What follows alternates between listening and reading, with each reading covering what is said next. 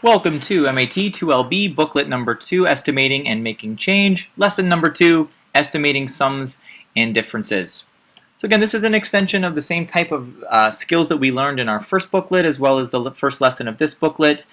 We're going to learn how to estimate sums, and again, one of the reasons we might want to do this is so that we can quickly have an idea about how much a list of things might total, or how much change we might be coming back from a cash exchange, which would be like a difference.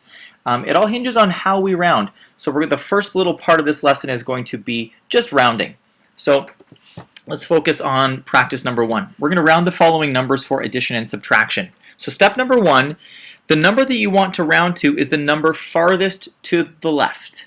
So if we look at a number like 58, the number that's farthest to the left is the 5. It happens to be in the tens place value. If you look to the number to the right of it, it is going to be an 8, which tells us that we are going to round 5 up to 6. And therefore, our answer is going to be 6t. Now you'll notice, and it says in step number 2, we're going to round as usual, which we've already done. Don't forget that placeholder number. Now when we're rounding, again, what we're saying is the number that we're rounding to is the most important one, and everything after it is not really relevant any longer. However, we have to put zeros in insofar as they help us maintain our place values. So if we're rounding to a tens, we have to make sure that we put in enough zeros after the value that we've rounded to ensure that it stays in the tens. So as I said, our answer is going to be 60. Let's do one more together. Let's have a look at A. 437. So we're going to round this for the purposes of sums and differences. We're going to look to the leftmost number, which is going to be hundreds and 4. We look to the digit after it, which is to the right of it. It's a 3. It is not large enough for us to round up, so we are going to round down, which means stay the same. And we're going to have 400 as the value that we've rounded to.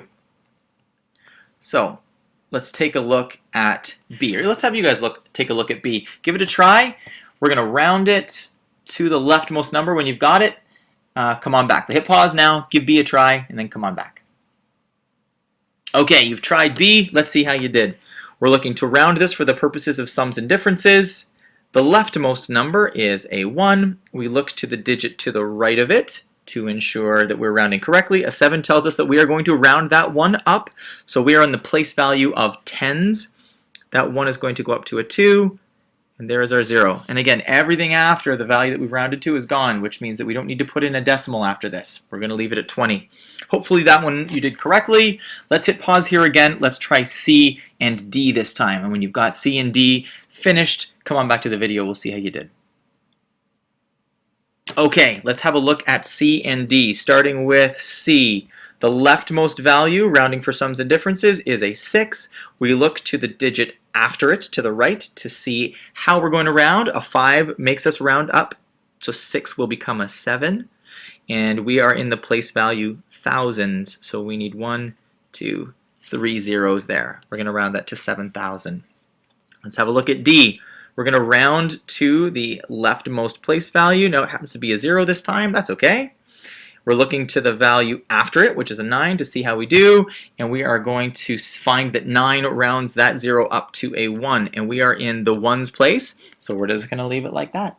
Everything afterwards, despite having a decimal 988, it doesn't matter. If we're rounding to the ones place value, everything after it, assuming it doesn't interfere with our placeholder, it's not important any longer. That's what rounding is.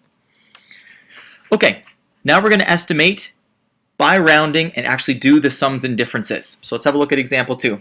Estimate the following sums and differences by rounding and estimating the answers. Sounds good. Let's have a look at A together. 145.7 plus 360.5. We're going to start by doing our rounding of both these numbers. First number, our 145, we are going to the leftmost number, which is a 1. Look to the number after it to see how we round. 4 does not round us up, so we're going to round down, keeping it the same. We're going to estimate our first value at 100. Second value, now let's round that one. There is our 3, that's the leftmost place value. We look to the number after it, which is a 6. It tells us that we are going to round that 3 up. to a 4. And again, we're talking about hundreds. And we are going to now complete the operation. Again, they're asking us to do addition. So we have 100 plus 400. That will give us 500, approximately, for our answer. Again, the purpose of this is just to get a quick ballpark figure, so you'll know that when you actually do the actual addition with vertical addition or vertical subtraction, you'll know if your numbers are even close. Maybe you made a little mistake. This is one way to figure that out. Let's do B together, and then we'll release you to try a couple of these on your own. Again, let's start by rounding the two numbers, and this time we're going to be subtracting. So we've got the leftmost number is a 7. The digit after it is an 8, which will round that 7 up to an 8. So we are going to have 8, and the place value is thousands. There's our 3 zeros. Let's do it to the the number underneath it. We have a 1. The place value, or the digit rather, after it is a 2. That is not going to round us up, so we're going to round down, which means staying the same.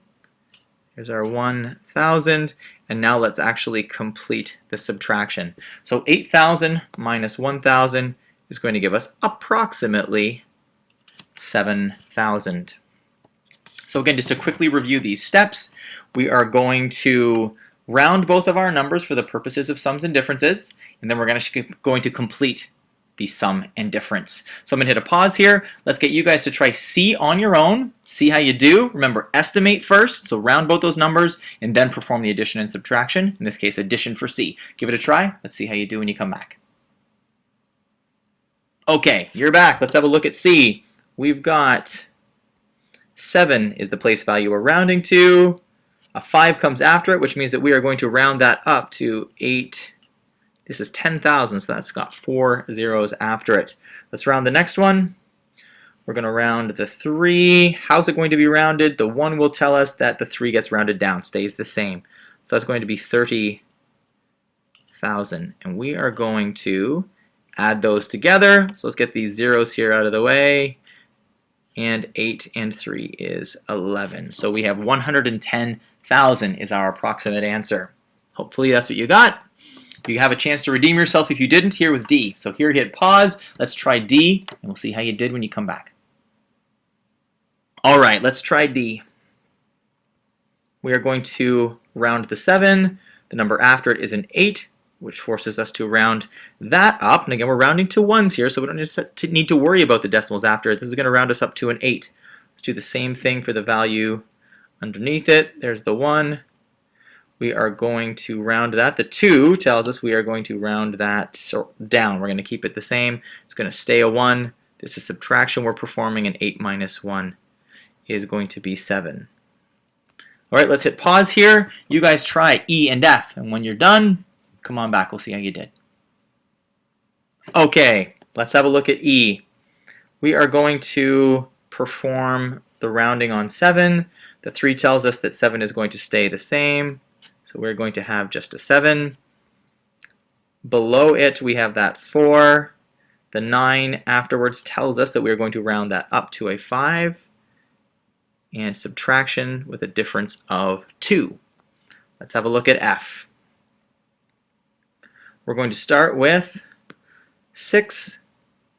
Look to the number after it. The 7 tells us that we are going to round that up to 70,000. Let's look at the next number, the number below it, that 4. We look to the number after. The 5 tells us we are actually going to round up to 50,000. This time it's addition that we're looking to do, so let's add these zeros, 0, 0, and 0, and 7 plus 5 is 12. So we have 120,000 is the answer for F. That's the end of this lesson. Hopefully you're feeling confident. If not, as always, go back and listen to portions of this lesson again. As well, it might be helpful to review some of these examples moving forward before you start the worksheet. Good luck on that worksheet, and we'll see you again shortly for lesson number 3.